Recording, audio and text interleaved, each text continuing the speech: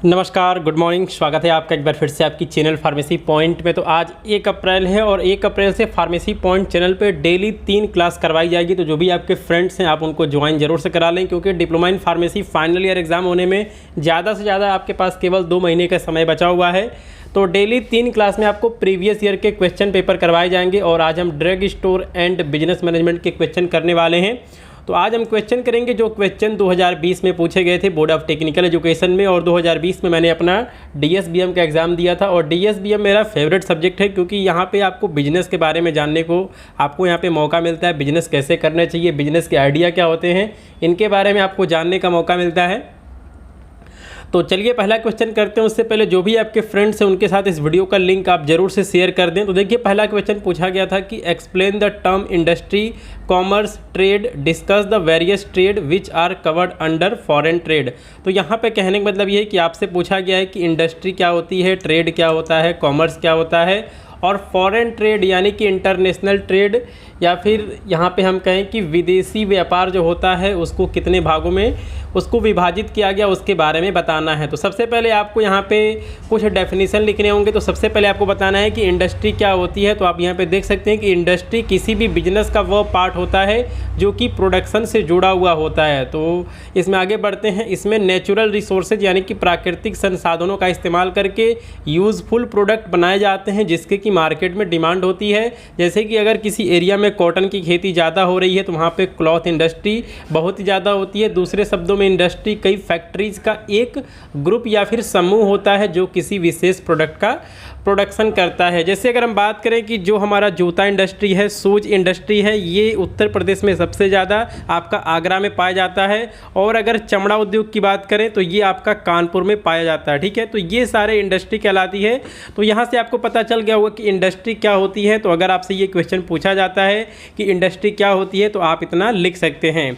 उसके बाद बात करें कॉमर्स की, तो आपको बताना है कि कॉमर्स क्या होता है। तो देखिए यहाँ पे लिखा गया है कि आसान शब्दों में कॉमर्स में वे सभी प्रक्रियाएं आती हैं जो किसी भी वस्तु यानी कि गुड्स के बाइंग और सेलिंग यानी कि खरीदने और बेचने से जुड़ी होती हैं।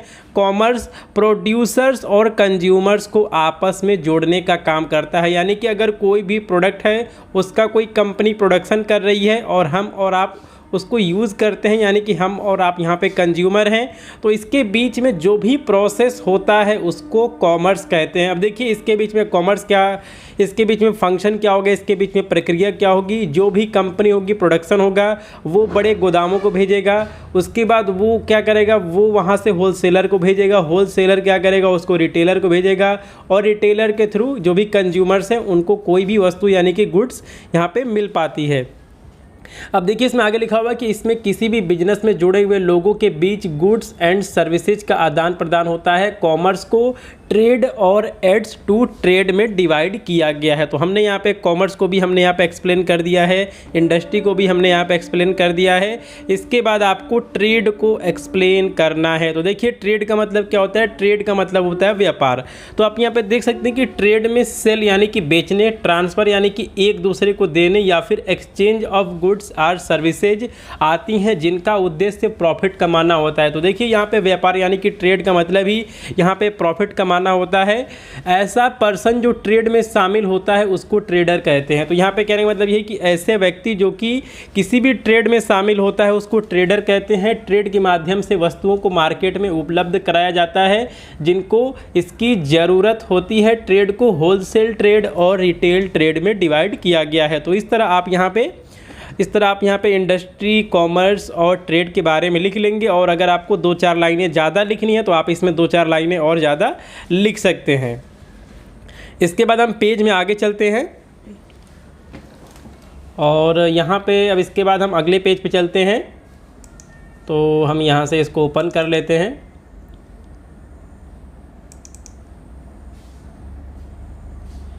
अब देखिए इसके बाद इसमें पूछा गया था कि जो हमारा फॉरेन ट्रेड है उसको कितने भागों में डिवाइड किया गया है, और उसके बारे में आपको यहाँ पे डिटेल से लिखना था। तो देखिए सबसे पहले आप यहाँ पे हेडिंग डाल लेंगे various trade under foreign trade. आप चाहें तो उसको हिंदी में भी वहाँ पे लिख सकते हैं। तो देखिए जो हमारा फॉरेन ट्रेड होता है इसको हम एक्सटर्नल ट्रेड या फिर इंटरनेशनल ट्रेड भी कहते हैं, क्योंकि ये दो देशों के बीच में किया जाता है। अब देखिए यहाँ पे लिखा हुआ है कि यह ट्रेड एक देश से दूसरे देश के बीच में किया जाता है। आज के समय में किसी भी देश के विकास के लिए फॉरेन ट्रेड बहुत ही आवश्यक है। अब देखिए जो भी देश हैं जहाँ पर बहुत ही ज़्यादा फॉरेन ट्रेड होता है उनकी इकोनॉमी ज़्यादा मजबूत होती है, उनकी अर्थव्यवस्था ज़्यादा मजबूत होती है।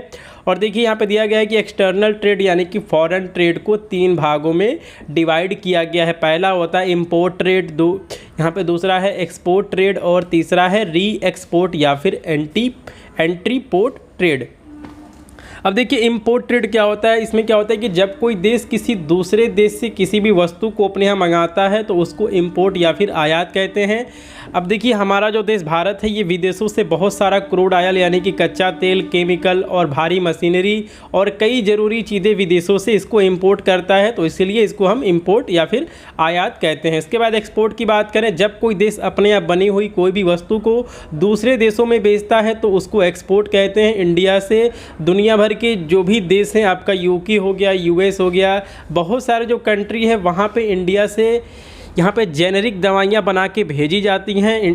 पूरी दुनिया में जो हमारा इंडिया है, भारत है, सबसे ज़्यादा जेनेरिक दवाइयों की मैन्युफैक्चरिंग करता है। तो आप इतनी सारी चीज़ें वहाँ पे लिख सकते हैं। उसके बाद हम बात करें री एक्सपोर्ट या फिर एंट्री पोर्ट की, तो एंट्री पोर्ट या फिर री एक्सपोर्ट क्या होता है, तो देखिए यहाँ पे लिखा गया री एक्सपोर्ट। री का मतलब होता है दोबारा, ठीक है, या फिर रिवीज़न।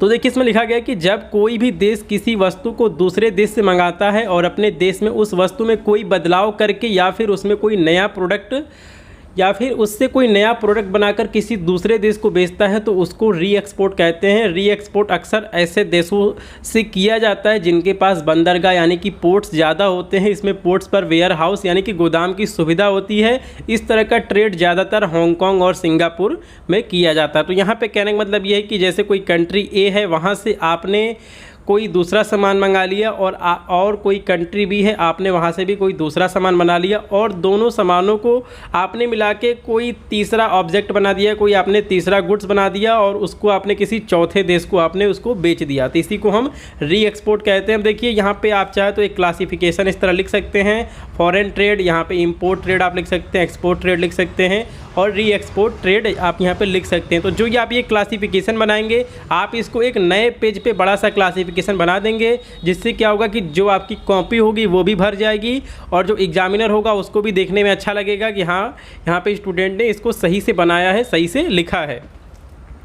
अब चलिए अगले क्वेश्चन की बात करें। यहाँ पूछा गया है discuss the silent feature advantage and disadvantage of sole proprietorship business. तो देखिए ये क्वेश्चन मैंने आपको पहले ही करवा दिया है, लेकिन मैं आपको यहाँ पे फिर से करवाने वाला हूँ। तो सबसे पहले आपको बताना होगा कि सोल प्रोप्राइटरशिप क्या होता है, इसके फीचर क्या हैं, इसके एडवांटेज क्या हैं, इसके डिसएडवांटेज क्या हैं। तो चलिए हम इस क्वेश्चन को करते हैं। तो ये क्वेश्चन मैंने आपको पहले ही करवा दिया था। तो देखिए जब कोई बिजनेस किसी एक व्यक्ति के द्वारा ही किया जाता है, यानी कि उस बिजनेस में वही एक व्यक्ति सारा पैसा लगाता है और उस बिजनेस को संभालता भी है, उसी को सोल प्रोप्राइटरशिप कहते हैं। तो आप यहाँ पे देख सकते हैं कि जब किसी बिजनेस को एक ही आदमी चलाता है तो उसको सोल प्रोप्राइटरशिप कहते हैं। ये बिजनेस ऑर्गेनाइजेशन का सबसे पुराना रूप है। तो अगर हम बिजनेस ऑर्गेनाइजेशन की बात करें, फॉर्म्स ऑफ बिजनेस ऑर्गेनाइजेशन की बात करें, तो ये आपका sole proprietorship, partnership, private limited company, इसके अलावा public limited company, cooperative society, इतने सारे इसका क्लासिफिकेशन किया गया है। लेकिन जो सबसे बेसिक यानी कि सबसे बेसिक जो फॉर्म्स ऑफ बिजनेस ऑर्गेनाइजेशन है वो हमारा सोल प्रोप्राइटरशिप है। अब देखिए इसमें लिखा हुआ है कि दूसरों शब्दों में ऐसा बिजनेस जिसमें सिर्फ एक ही आदमी पैसा लगाता है और बिजनेस में आए हुए रिस्क को झेलता है, उसको सोल प्रोप्राइटरशिप कहते हैं। हमारे आसपास जो भी ज़्यादातर खुली दुकानें हैं ये इसका अच्छा उदाहरण है। और सोल प्रोप्राइटरशिप को सोल प्रोप्राइटर या फिर सोल ट्रेडर भी कहते हैं। इसमें बिजनेस करने वालों को ही अपनी पूंजी, स्किल और इंटेलिजेंस लगाना होता है। अब इसके बाद सबसे पहले आप यहाँ पे लिख लेंगे कि सोल प्रोप्राइटरशिप क्या होती है। तो इतना मैटर आप अपने कॉपी में लिख देंगे। उसके बाद आपको इसका साइलेंट फीचर लिखना होगा, यानी कि सोल प्रोप्राइटरशिप का क्या फ़ायदा होता है, या फिर आप इसको यहाँ पे एडवांटेज भी कह सकते हैं। तो उसके बारे में हम यहाँ पे देख लेते हैं। तो देखिए यहाँ पे पहला पॉइंट लिखा गया है कि इस तरह के बिजनेस में ट्रेडर को अकेले अपने बिजनेस के लिए पैसा लगाना होता है। बिजनेस के सभी काम उसको खुद करने होते हैं, हालांकि वो अपने दोस्तों और रिश्तेदारों से पैसे मांगने के लिए स्वतंत्र होता है। तो यहाँ पे कहने का मतलब ये है कि अगर आप अपना डिप्लोमा इन फार्मेसी कर रहे हैं और उसके बाद अगर आप एक अपना मेडिकल स्टोर खोलने वाले हैं तो वो आपका मेडिकल स्टोर जो है वो सोल प्रोप्राइटरशिप का एक अच्छा एग्जाम्पल है, क्योंकि उस बिजनेस में आपको सारा पैसा खुद ही लगाना पड़ेगा। अगर आपको पैसे की कमी है तो आप अपने फ्रेंड्स या फिर जो भी आपके रिलेटिव्स हैं आप उनसे पैसा ले सकते हैं। तो ये सोल प्रोप्राइटरशिप का एक अच्छा उदाहरण है। उसके बाद अगले फीचर की बात करें तो ट्रेडर का उसके बिजनेस पर पूरा कंट्रोल रहता है। बिजनेस का कोई भी डिसीजन वो खुद लेता है। ट्रेडर अपने आप में बिजनेस का प्रमोटर, फाइनेंसर और मैनेजर होता है। उसको किसी से भी कुछ भी पूछने की ज़रूरत नहीं होती है। तो यहाँ पे कहने का मतलब ये है कि अगर आप अपना एक मेडिकल स्टोर खोलते हैं तो आप वहाँ पे सोल प्रोप्राइटर हैं। आपका अपने बिजनेस पे पूरा कंट्रोल रहेगा। आप अपने बिजनेस से संबंधित कोई भी डिसीजन खुद लेंगे कि आपको अपना शॉप कब खोलना है, कब बंद करना है, कहाँ से आपको परचेज करना है, किसको आपको सेल करना है। ठीक है, तो जो भी डिसीजन होगा वो आप खुद लेंगे और आप ही अपने बिजनेस के प्रमोटर होंगे, यानी कि आपको अपने बिजनेस का खुद ही प्रचार करना पड़ेगा, अपने बिजनेस के अंदर खुद ही पैसा लगाना पड़ेगा, यानी कि आप अपने बिजनेस के खुद ही फाइनेंसर होंगे और आपको अपने बिजनेस को खुद ही मैनेज करना होगा। अलग से आपके पास कोई मैनेजर नहीं होगा। तो आप ही अपने बिजनेस के प्रमोटर, फाइनेंसर और मैनेजर होंगे। तो ये सोल प्रोप्राइटरशिप के अंदर ही होता है और इसमें आपको किसी से भी कुछ भी पूछने की आवश्यकता या फिर ज़रूरत नहीं पड़ेगी। उसके बाद अगले साइलेंट फीचर की बात करें तो इसमें ट्रेडर की लायबिलिटी अनलिमिटेड होती है, यानी कि असीमित होती है। अगर वह किसी से लोन लेता है और उसको नहीं चुका पाता है तो उसको खुद के असेट्स से उसको चुकाना पड़ता है। अब आपने न्यूज़ में देखा होगा कि इस समय बड़ी बड़ी कंपनियां जो हैं वो डूब जाती हैं और जो उनके मालिक होते हैं वो विदेश में भाग जाते हैं।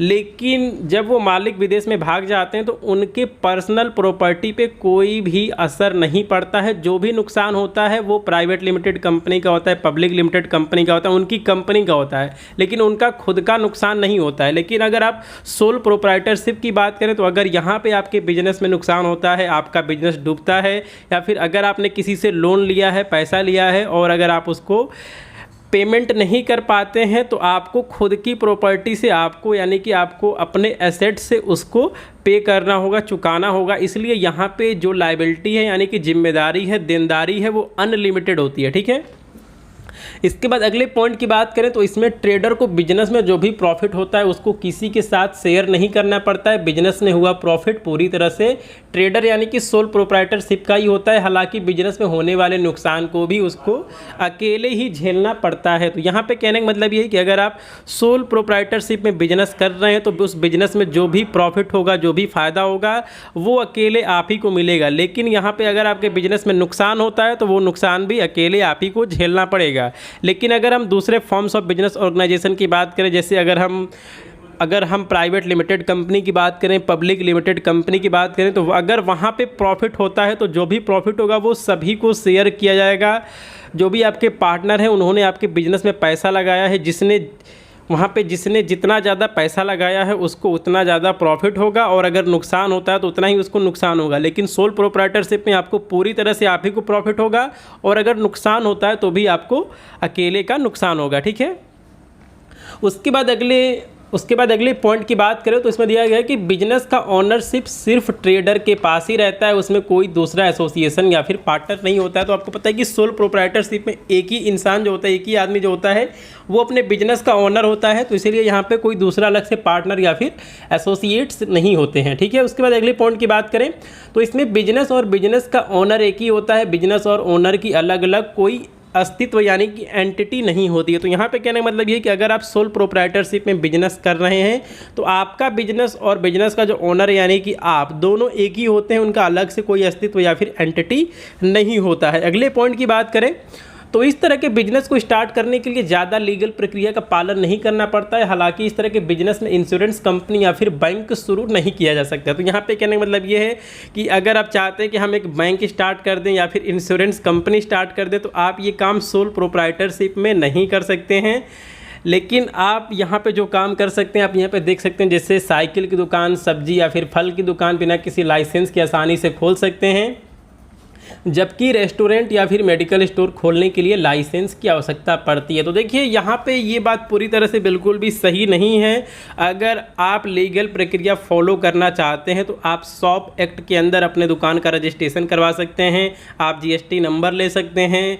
अगर आप कोई फूड का बिजनेस कर रहे हैं तो आप FSSAI का लाइसेंस ले सकते हैं। तो बहुत तरह की यहाँ पे लीगल फॉर्मेलिटी होती है। लेकिन अगर आप छोटे लेवल पे अपने मोहल्ले में, कॉलोनी में या फिर गाँव में अगर आप कोई बिजनेस चला रहे हैं तो वहाँ कोई ज़्यादा लीगल रिक्वायरमेंट नहीं होती है। उसके बाद अगले साइलेंट फीचर की बात करें तो सेल्फ एम्प्लॉयमेंट यानी कि स्वरोजगार का एक अच्छा अवसर प्रदान करता है। देखिए अभी सबके पास सरकारी नौकरी नहीं होती है और हर कोई नौकरी भी नहीं करता है। तो इसलिए ये सेल्फ एम्प्लॉयमेंट यानी कि स्वरोजगार का एक अच्छा अवसर प्रदान करता है सोल प्रोप्राइटरशिप। तो अगर आप भी अपना कोई छोटा मोटा बिजनेस स्टार्ट करना चाहते हैं तो आप सोल प्रोप्राइटरशिप में अपना एक बिजनेस स्टार्ट कर सकते हैं। अब देखिए हमने सबसे पहले साइलेंट फीचर के बारे में जाना, उसके बाद मैं आपको यहाँ पे एडवांटेज के बारे में मैं आपको बता देता हूँ। तो इसकी वीडियो मैंने पहले ही बना रखी थी।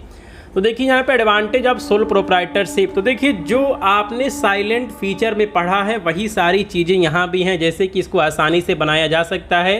तो आप इसका स्क्रीनशॉट ले लेंगे और आप इसको पढ़ लेंगे। अब देखिए वही सारी चीज़ें यहाँ पे लिखी गई हैं। तो आपको इनको अपने एग्ज़ाम कॉपी में फिर से लिखना पड़ेगा। आपको साइलेंट फीचर लिखना पड़ेगा, उसके बाद आपको एडवांटेज भी लिखना पड़ेगा। तो ये सारे इसके यहाँ पे एडवांटेज हैं। अब इसके बाद हम बात करते हैं डिसएडवांटेज की। ठीक है, तो हम बात करते हैं डिसएडवांटेज की। तो हम यहाँ पे डिसएडवांटेज की बात कर लेते हैं।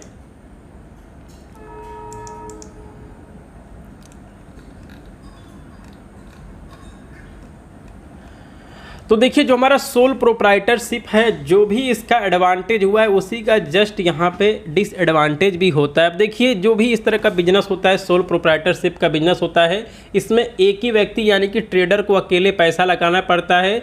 तो हो सकता है कि उसके पास ज़्यादा पैसा ना हो। तो आप यहाँ पे देख सकते हैं कि इस तरह के बिजनेस में पैसे की कमी पड़ती है, क्योंकि ट्रेडर को अकेले अपने बिजनेस में पैसा लगाना होता है। अतः इस तरह के फॉर्म्स ऑफ बिजनेस सिर्फ लोकल लेवल पर ही किया जा सकता है। इस तरह के बिजनेस को बहुत बड़ा नहीं किया जा सकता। इसमें ट्रेडर पैसों के लिए अपने दोस्तों या फिर रिश्तेदारों पर ही निर्भर रहता है। अब देखिए यहाँ पे कहने का मतलब ये है कि अगर आप कोई दुकान चलाते हैं तो आप सिर्फ अपने लोकल लेवल पे ही आप उसको चला पाएंगे। लेकिन अगर आप चाहते हैं कि हम उसका विस्तार पूरे देश में करें, सभी ज़िलों में करें, तो उसके लिए आपको फ्रेंचाइजी मॉडल लेना पड़ेगा और वहाँ पे आपको पार्टनरशिप की आवश्यकता पड़ेगी, क्योंकि आपके पास पैसा ज़्यादा नहीं होता है। तो जो इस तरह के बिजनेस होते हैं सोल प्रोप्राइटरशिप, वो केवल छोटे लेवल पे ही काम कर पाते हैं। उसके बाद अगले पॉइंट की बात करें तो इसमें दिया गया कि इसमें ट्रेडर को हमेशा अपना बिजनेस या फिर असेट्स यानी कि प्रॉपर्टी को खोने का डर रहता है। इस तरह वो बिजनेस को बड़ा करने का या फिर बड़ा इन्वेस्टमेंट करने का रिस्क नहीं ले पाता है। तो देखिए सोल प्रोप्राइटरशिप में क्या होता है कि आपको वहाँ पे हमेशा डर लगा रहता है कि आपका बिजनेस कहीं बंद ना हो जाए या फिर जो बिजनेस का ओनर है उसके साथ कोई हादसा ना हो जाए, एक्सीडेंट ना हो जाए। इसलिए वो अपने बिजनेस में ज़्यादा पैसा भी नहीं लगाता है, क्योंकि उसका पैसा वो डूब सकता है, यानी कि उसको नुकसान हो सकता है।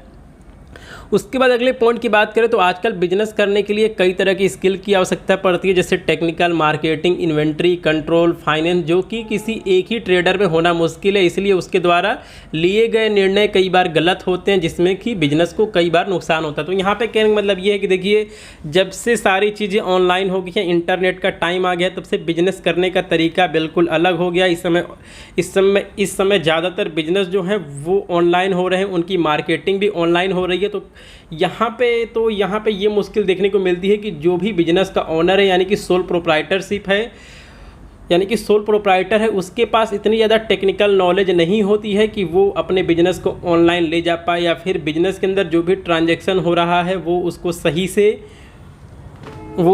से लिख पाए, या फिर जो भी उसका इन्वेंट्री है वो उसको सही से मैनेज कर पाए। तो ये सारी चीज़ें आपको सोल प्रोप्राइटरशिप में देखने को मिलती हैं।